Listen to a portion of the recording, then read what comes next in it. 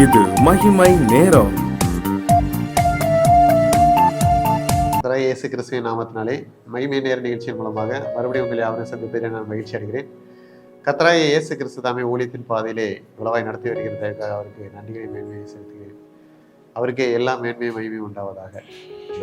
இந்த நாட்களிலும் கர்த்தராகிய இயேசு கிறிஸ்து நாம் அவருடைய அடிச்சுவடுகளை பின்பற்றி வாழ்கிற நாம் நம்முடைய வாழ்க்கையிலே முன்மாதிரியானவர்களாக வாழ வேண்டும் என்று விரும்புகிறார். நம்முடைய வாழ்க்கையிலே இயேசு சொல்லிய காரியங்களை நாம் கடைபிடித்து நம்முடைய வாழ்க்கையிலே முன்மாதிரியை காண்பிக்க வேண்டும் என்று இயேசு விரும்புகிறார் என்பதாக சிந்தித்து வருகிறோம். இன்றைக்கும் இயேசு முன்மாதிரியாக நாம் காண்பிக்க வேண்டிய ஒரு காரியத்தை பற்றி சிந்திப்போம். அதற்கு ஆதாரமாக எடுத்துக்கொண்ட வேத வசனம் மார்க்கு 4:18.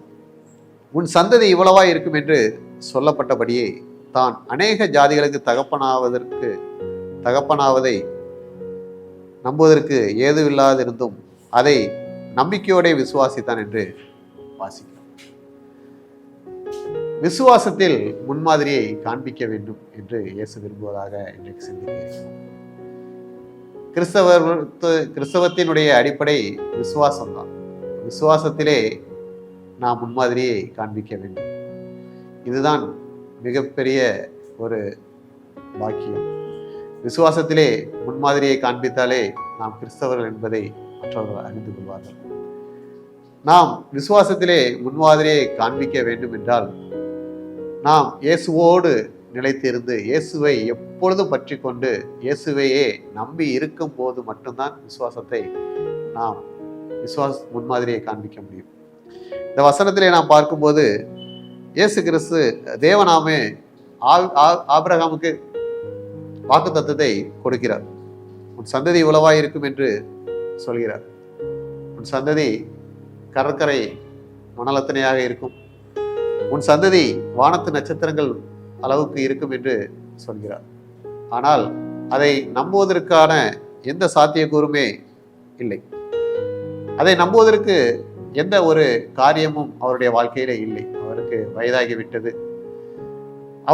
அவரால் ஒரு குழந்தையை பெற்றுக்கொள்ள முடியாத ஒரு சூழ்நிலை. ஆனாலும் அவர் விசுவாசித்தார். அதனால்தான் அவர் விசுவாசிகளுக்கு தகப்பனாக காணப்படுகிறார் வேதாகமத்திலே. ஆபிரகாமின் சந்ததி மூலமாகத்தான் இயேசு கிறிஸ்துவானவர் அனைத்து மக்களையும் ஏற்றுக்கொள்கிறார். எனவே நம்முடைய வாழ்க்கையிலே நாம் விசுவாசத்தை காண்பிக்கும்படியாக நாம் விசுவாசத்திலே முன்மாதிரியாக நடந்து கொள்ள வேண்டும். விசுவாசத்திலே நாம் முன்மாதிரியை காண்பிக்க நாம் என்ன செய்ய வேண்டும் என்றால், முதலாவது நாம் விசுவாசத்திலே பொறுமையோடு காத்திருக்க வேண்டும், சோதனையிலே சகிக்க வேண்டும்.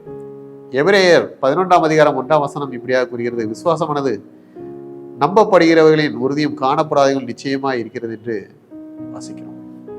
விசுவாசம் என்பது உறுதியாய் நம்பப்படுகிறதா இருக்கிறது, காணப்படாததை விசுவாசிக்கக்கூடியதாக இருக்கிறது. ரோமர் 8:24 இப்படியாக சொல்கிறது, ஒருவன் தான் காண்கிறதை நம்ப வேண்டியது என்ன என்று. நாம் கண்ணால் காண்கிறோம், அதை நம்ப வேண்டியது என்ன? நாம் காணாததை நம்பினால் அதுவே விசுவாசம், அதுவே விசுவாசத்திலே பிரீதியாக இருக்கும் என்று இயேசு கிறிஸ்து சொல்கிறார். ஒருவேளை நாம் காண்கிறதை நாம் விசுவாசித்து நாம் பெற்றுக்கொள்ள வேண்டும் என்றால் நம்முடைய பலத்தை கொண்டு நாம் போராடுவோம். அதை எப்படியாவது பெற்றுக்கொள்ள வேண்டும் என்று நாம் முயற்சிப்போம். ஆனால் நாம் காணாததை பெற்றுக்கொள்ள வேண்டும் என்றால் நாம் இயேசுவை மாத்திரமே நாம் நம்பியிருப்போம். அதனால்தான் காணாதவைகளை பெற்றுக்கொள்ள வேண்டும் என்று விசுவாசிங்கள் என்று சொல்கிறார். ஏனென்றால் நம்முடைய பலத்தை நாம் நம்பி இருக்கிறோம் என்றால் நம்முடைய வாழ்க்கையிலே ஜெயம் பெற முடியாது. காணாத ஆசீர்வாதங்கள் நாம் எண்ணுவதற்கும் வேண்டுவதற்கும் மேற்பட்ட ஆசீர்வாதங்களை பெற்றுக்கொள்ள வேண்டும் என்றால் நாம் காணாதவைகளை விசுவாசிக்க வேண்டும். இயேசு கிறிஸ்து அவைகளை செய்து முடிப்பார் என்று நம்பிக்கை நமக்குள்ளே வேண்டும். அப்பொழுது இயேசு கிறிஸ்துவானவர் அவர் நம்முடைய விசுவாசத்தின்படி நாம் அவைகளை பெற்றுக்கொள்ளும்படி செய்வார். சில நேரங்களிலே சில ஆசீர்வாதங்கள், சில காரியங்கள் நமக்கு தாமதமாகும் போது அதை நாம் பெற்றுக்கொள்ள பொறுமையோடு காத்திருக்க வேண்டும். பல நேரங்களிலே பொறுமை நமக்கு வேண்டியதாக இருக்கிறது. விசுவாசத்திலே நாம் நிலைத்திருக்க வேண்டும் என்றால், விசுவாசத்திலே முன்மாதிரியை காண்பிக்க வேண்டும் என்றால், விசுவாசத்திலே நம்மை விழச் செய்யும்படியாக, நம்மை சோதிக்கும்படியாக வருகிற காரியங்களிலே நாம் பொறுமையாக இருந்து நாம் பொறுமையை காத்துக்கொள்ளும் போது நாம் விசுவாசத்திலே முன்மாதிரியை காண்பிக்க முடியும். இரண்டாவதாக நாம் பார்க்கும்போது விசுவாசத்தில் பலவீனம் உள்ளவர்களாக இருக்கக்கூடாது. விசுவாசத்திலே பலவீனம் உள்ளவர்களாக நாம் எந்த சூழ்நிலையிலுமே இருக்கக்கூடாது. எந்த ஒரு சூழ்நிலையுமே நாம் விசுவாச குறைவுள்ளவர்களாக காணப்படக்கூடாது. எல்லா ஒரு சூழ்நிலையிலும் நம்முடைய மேன்மையிலும் நம்முடைய தாழ்மையிலும் நம்முடைய ஆசீர்வாதத்திலும் நம்முடைய குறைவிலும் நாம் விசுவாசத்திலே நிலைத்து காணப்பட வேண்டும். விசுவாசத்திலே பலமுள்ளவர்களாக காணப்பட வேண்டும், பலவீனராக காணப்படக்கூடாது. ஆபிரகாமுக்கு தேவன் வாக்கு கொடுத்ததை நிறைவேற்றினார். ஆனால் மறுபடியும் அவர் வாக்கு கொடுத்த அந்த வாக்குத்தத்தத்தை அவர் பறித்து கொள்ள வேண்டும் என்று, சோதிக்க வேண்டும் என்று ஆபிரகாமிடத்திலே அவனுடைய மகனை பலியிட சொல்லும்போது தன்னுடைய மகனை பலியிட கொண்டு செல்கிறார் ஈசாக்கு. இயேசு கிறிஸ்து தேவன் தாமே அந்த ஈசாக்கை பலியிடாமல் அவனை மறுபடியுமாக ஆபிரகாம் கையிலே ஒப்பு கொடுக்கிறார். அந்த சோதனையின் மத்தியிலும் ஆபிரகாம் தன்னுடைய விசுவாசத்திலே பலவீனனாக காணப்படவில்லை. தேவன் எனக்கு ஒரு ஆசீர்வாதத்தை கொடுத்திருக்கிறார், நான் இப்பொழுது அந்த ஆசீர்வாதத்தை இழக்கும்படியான சூழ்நிலை வருகிறது, நான் எப்படி அவரோடத்திலே விசுவாசம் உள்ளவனாக இருப்பேன் என்று விசுவாசத்திலே பலம் வீணராக இல்லை. அவர் அப்பொழுதும் தேவன் மேலே விசுவாசத்திலே பலனுள்ளவராக காணப்பட்டால் அவர் விசுவாசம் குறையவில்லை. நம்முடைய வாழ்க்கையிலுமே நாம் எந்த சூழ்நிலை இருந்தாலும் விசுவாசத்திலே பலமுள்ளவர்களாக காணப்பட வேண்டும்.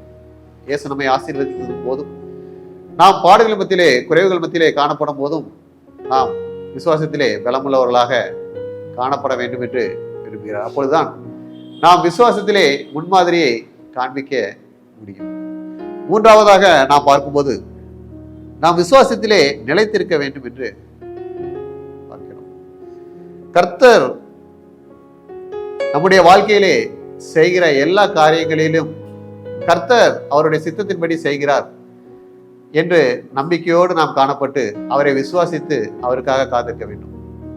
வேதாகமத்திலே யோபுவனுடைய விசுவாசத்தை பற்றி நாம் பார்க்கும்போது யோபு 1ஆம் அதிகாரம் 2ஆம் வசனத்தை எப்படியாக கூறுகிறார்? கர்த்தர் கொடுத்தார், கர்த்தர் எடுத்தார், கர்த்தருடைய நாமத்திற்கு சோஸ்திரம் என்று. அவர் தன்னுடைய விசுவாசத்திலே உறுதியாக இருந்தார். தன்னுடைய பிள்ளைகளை இழக்க கொடுத்தார், தன்னுடைய சொத்துக்களை இழக்க கொடுத்தார், தன்னுடைய ஆஸ்தியை இழக்க கொடுத்தார், தன்னுடைய கௌரவத்தை இழக்க கொடுத்தார், தன்னுடைய உடல் பலத்தை இழக்க கொடுத்தார். ஆனாலும் அவர் தேவன் மேல் இருந்த விசுவாசத்தை விட்டுவிடவில்லை. விசுவாசத்திலே நிலையாக இருந்தார். கர்த்தர் கொடுத்தார், கர்த்தர் எடுத்தார் என்றார். மேலும் யோபு 2ஆம் அதிகாரம் 10ஆம் வசனத்திலே பார்க்கிறோம், தேவன் கையில் நன்மையை பெற்றுக்கொண்ட நாம் தீமையை பெற வேண்டாமோ என்கிறார்.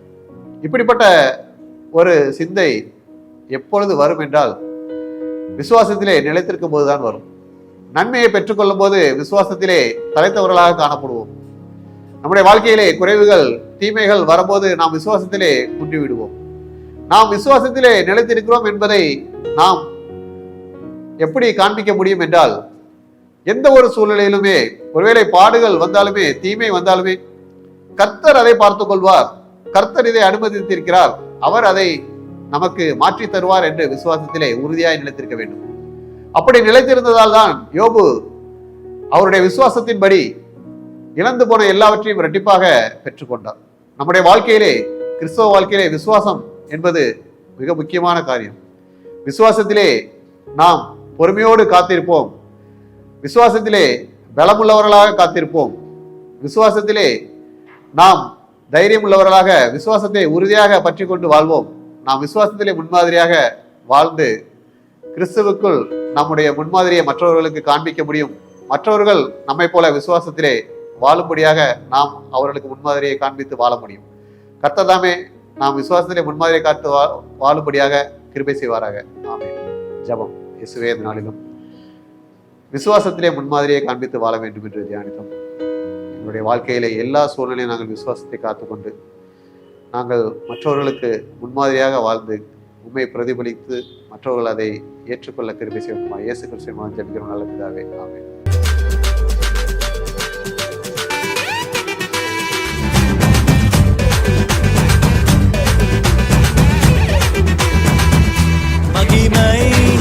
மகிமை